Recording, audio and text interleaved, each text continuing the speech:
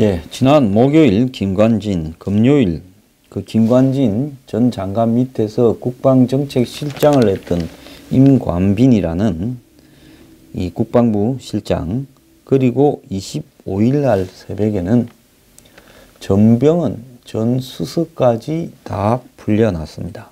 이 세 사람을 풀어준 사람이 신광렬이라는 서울중앙지법 형사 51부 재판장입니다.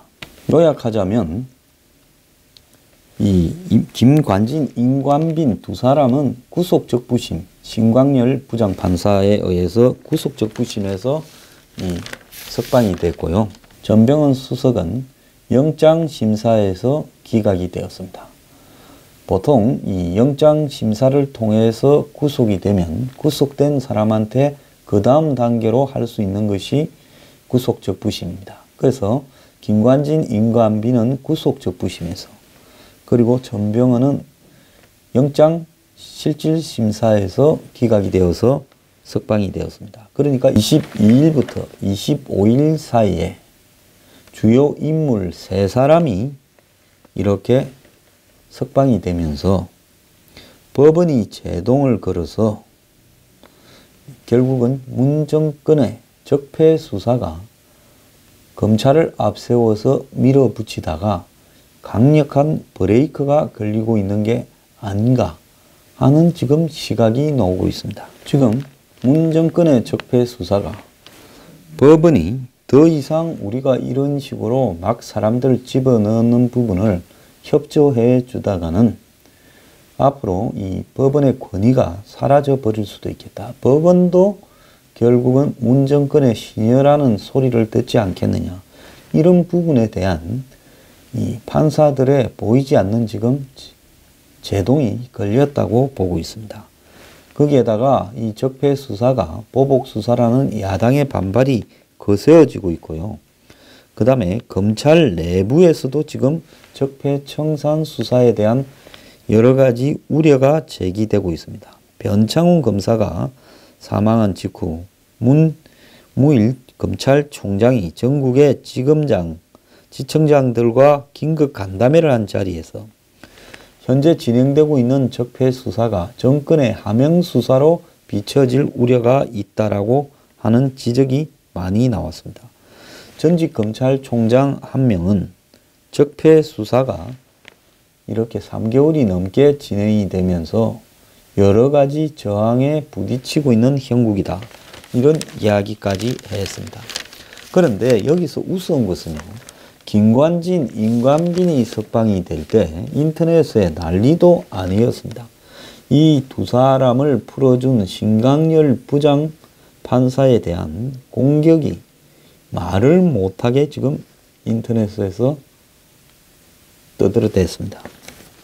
심지어 자신들의 동지였던 속으로야 달가워하거나 달가워하지 않던 전병헌의 영장 기각에 대해서는 말 한마디도 하지 않고 김관진, 임관빈의 기각에 대해서는 야당 의원들부터 청와대까지 또 이들을 떠받치는 문파들까지 아주 그냥 다 들고 일어나서 공세를 펴고 있습니다.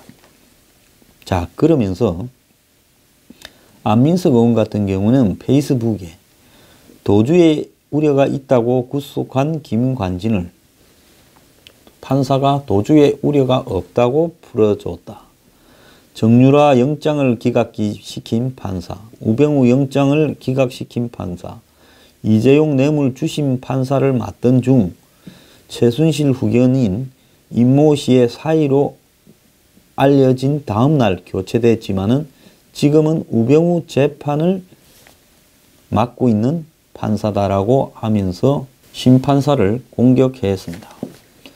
송영길 더불어민주당 의원은 트위터에 범죄를 부인한 김관진 피의자를 구속 11일 만에 사정 변경 없이 증거인멸 우려가 없다고 석방시킨 신광렬 판사는 우병우와 TK 동향이고 같은 대학 연수원 동기 같은 성향이라고 이야기를 했습니다. 자, 신광렬 판사에 대한 신상이 막 공개되고 있는데요.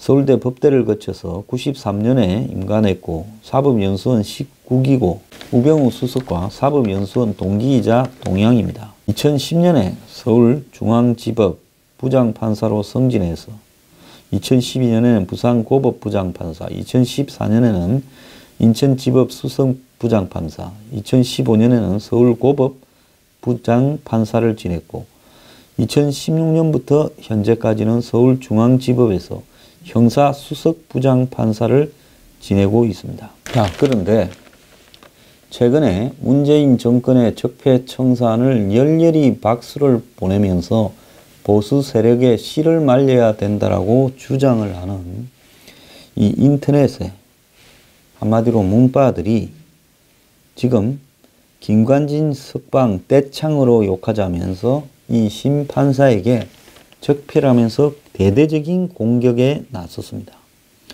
김관진, 신강렬 이런 이름들이 지난 목요일부터 김관진 전 장관이 목요일날 새벽에 석방되니까 목요일부터 포탈 실시간 검색 순위 상위권에 올랐고요. 자, 신광렬 부장판사가 22일 오후에 김관진에 대한 구속 적부심 석방을 내린 이후에 이런 일들이 지금 계속 벌어지고 있는데요. 자, 얼마나 글들을 많이 쓰대했으면 이런 식으로 검색 순위에 판사 이름까지 오르겠습니까? 자, 적폐라고도 하고 심판사를 처단하라고도 하고 MLB 파크라는 데가 저는 원래 야구하는 데인 줄 알았습니다. 미국 메이저리그. 그거 관련 관심 있는 사람들이 모여있는 데인 줄 알았는데 한마디로 이 정권에 구미가 맞는 사람들이 다 모여서 떠들고 있는 그런 사이트들만요. 여기에 심판사를 향해서 적폐 부역자 추가 역사책에 표본으로 이름 석자 새겨야 된다. 그리고 길에서 누구한테 터졌으면 부터 시작해서 소나무 재선충 같은 존재다. 적폐를 몰아내고 처단해야 된다. 이러면서 심판사의 사진과 이력이 쭉 올랐습니다. 청와대 국민청원 사이트에도 신광렬 등 우병우 판사들 교체해라. 또 김관진을 석방시킨 법원을 개혁해라. 이런 이야기까지 달렸습니다. 정치권과 법조계 일부 인사도 소셜미디어 등을 통해 비난에 가세했는데요. 앞서 이야기한 송영길, 또 안민석, 또 더 나아가서 이명박 정부 시절 각하새끼 짬뽕이라는 패러디물을 올려서 유명해졌던 이정열 전 판사. 이 사람도 라디오에 나와 김관진 전 장관의 석방을 법리적으로 설명하는 것은 의미가 없다. 뭔가 다른 게 있다라고 이야기를 했고요. 이 사람은 이렇게 대통령 관련된 일에는 앞장서서 현직 판사로서 떠들더니만 이웃과 층간소음 문제로 시비가 걸리자 이웃 차량을 이렇게 몰래 파손한 혐의로 입건된 이후에 사표를 낸 바 있습니다. 자, 이렇게 인터넷과 정치권이 판사를 집중 공격한 일은 처음이 아니고요. 지난 1월 달에는 이재용 구속영장을 기각한 조희연 영장전담 판사가 신상털이를 당했고 아들이 삼성에 취업을 약속받았다는 위험 비어가 퍼지기도 했습니다. 조 판사는 아들이 없다고 하고요. 일부 네티즌들은 이런 이 서울중앙지법 영장계에 전화번호를 올려가지고 거기에 전부 욕설 전화를 하자라고 하기도 하고 또 정유라 영장을 기각한 강부영 판사는 부부의 출신학교, 고향, 성적표 등이 인터넷에 게재됐고 조윤선에 대해 무죄를 선고한 황병헌 판사는 과거 라면을 훔친 도둑에게 징역 3년 6개월을 선고한 적이 있다라는 가짜 뉴스를 소셜미디어에 퍼다 나르기도 했다라고 합니다. 자, 법조계에서는 이런 식으로 자신들의 정치적 성향과 맞지 않으면 일제히 몰려 나와가지고 판사를 인신공격하는 것이 일상화되고 있다라고 하면서 마음에 들지 않으면 판사를 비난하는 수준이 도를 넘어서 입맛에 맞는 판결이 안 나왔다고 판사를 이렇게 집단 공격하는 것은 사법부의 독립을 제어하는 행동이다. 특히 국회의원들이 그런 행동을 하는 것은 이해하기 어렵다 했고 대한변협회장은 판사의 신상털기 같은 감정적 행동은 한마디로 법치주의에 위반되는 것이다. 법원이 김 전 장관의 무죄를 내린 것이 아니라 법원의 결정을 추후에 재판 과정에서 좀 지켜봐야 되는 거 아니냐라고도 이야기를 하고 있습니다. 자, 김명수 대법원장은 이런 와중에도 지금 침묵을 지키고 있는데요. 지난 인사청문회에서 구속영장 기각에 대해 검찰과 정치권이 판사를 노골적으로 비판한 부분에 대해서 향후 그런 일이 생기면 적극적인 항의나 성명을 내겠다라고 이렇게까지 이야기를 했었습니다. 당연히 대법원장은 지금 사법부의 독립을 방해하는 정치적 테러와 같은 이 말 테러 아닙니까? 심리적으로 움츠러들게 해서 앞으로는 이런 짓을 못하게 하려고 다 몰려와가지고 판사 몇 명한테 이렇게 난리를 치고 있는 거 아닙니까? 그래, 저들이 유리한 대로 판결이 안 나오면 이렇게 달라들어서 공격을 한다면 지난번에 한명숙이가 형을 다 살고 나올 때 그것도 잘못된 재판이라고 이 사람들은 그랬어요. 그래서 내 구미에 안 맞으면 우리는 억울한 거고 상대는 전부 다 판사가 잘못해서 그렇다고 공격을 해대는 부분이라면 민주주의 국가에 살아가면서 기본적으로 지켜야 될 룰에 대해서도 지키지 않는 그야말로 민주주의를 할 자격이 없는 사람이지 않습니까? 문재인 대통령은 자신을 추종하는 사람들의 반민주적인 이런 형태에 대해서 왜 SNS에 글을 하나도 올리지 않는 겁니까? 자, 박범계 의원은 또가 더 지나친 이야기를 했어요. 우병우와 특수관계설이라는 말까지 언급을 했습니다. 박범계 의원은 판사 출신인 걸로 알고 있는데요. 자, 법리가 아니라 소수의 정치적 공세와 계를 같이 하는 거라고 본다. 군 심리 전단장이었던 이태하는 같은 사건으로 1, 2심 모두 실형 유죄가 났으니 심판사는 8일 만에 김관진을 석방시켜 준 것은 소속 법원과 상급 법원의 본안 판결도 뒤집은 거다. 신중하기로 유명했던 신부장이 왜 이런 성급하고 독단적인 결정을 하는가라고 이야기를 했고요.